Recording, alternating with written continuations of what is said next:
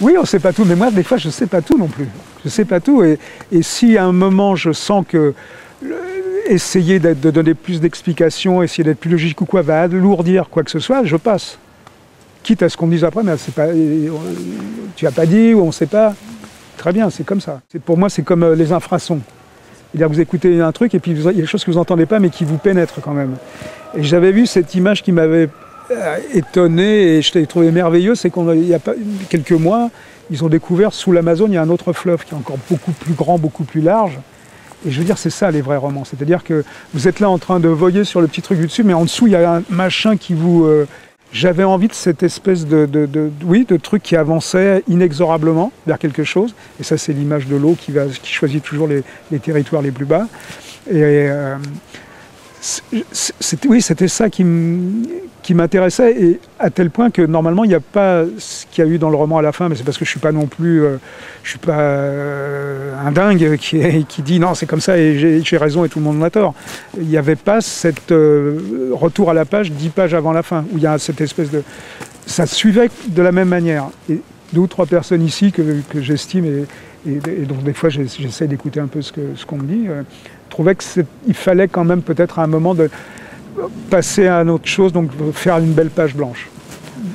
J'ai été 2 ou 3 à me dire ça, j'ai dit ouais peut-être vous avez raison.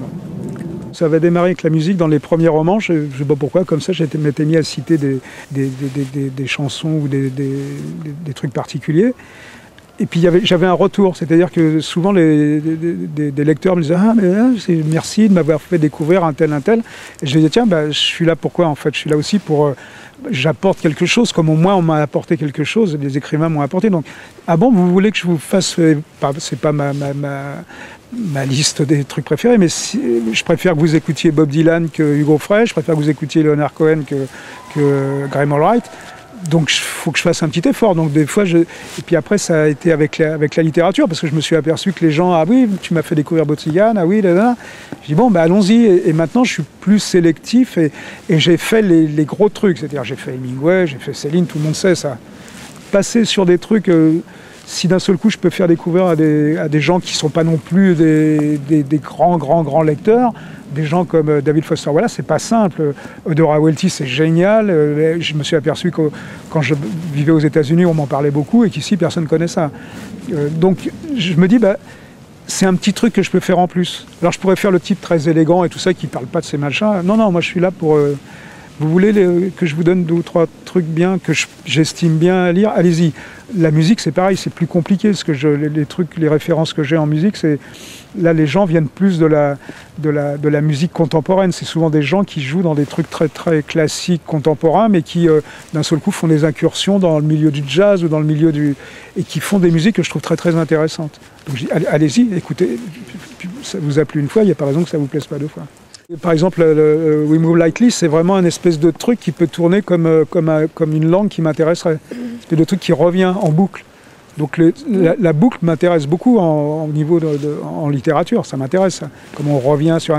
je suis toujours intéressé, par exemple Godard, comment il s'occupe du chant contre chant, comment il fait quand il y a plein de gens dans une pièce pour que d'un seul coup, sans faire justement contre chant, machin, comment il fait pour qu'on comprenne un truc particulier, ça revient. Le type le fait redire dans un autre contexte et tout doucement, il met en place des choses qui... Vous vous rendez pas bien compte, puis d'un seul coup, ils disent « Mais oui, enfin, j'ai compris. Je sais pas pourquoi, mais j'ai pigé ce truc-là. » Alors qu'il y en a, c'est beaucoup plus boum, alors on arrête et on dit les choses et tout ça. Non, là, c'est comment d'un seul coup, on est envahi tout doucement. La littérature, il y a ce côté envahissement un peu. D'un seul coup, on est envahi. À un moment, je ressens le besoin de les mettre ensemble, les gens. De les mettre... C'est un peu comme une boîte, un peu. Vous savez, il y a une boîte à chaussures, vous mettez des gens dedans, puis vous secouez. Ah, ils peuvent pas sortir de ce truc-là. Mais vous les laissez regarder dans un petit périmètre que vous contrôlez. J'ai toujours pensé, par exemple, que les histoires, pour moi, c'était comme l'aire de jeu. Je m'amuse dans ce truc-là.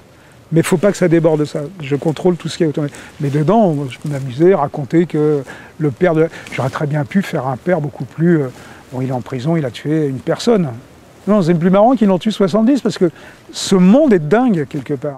Et moi, comme écrivain, quand je dis j'essaye d'être contemporain de ce monde-là, il faut que je donne quelques petites indications. Alors des fois, on me dit, c'est un humour noir, cynique et tout. Oui, mais c'est aussi une manière pour moi de...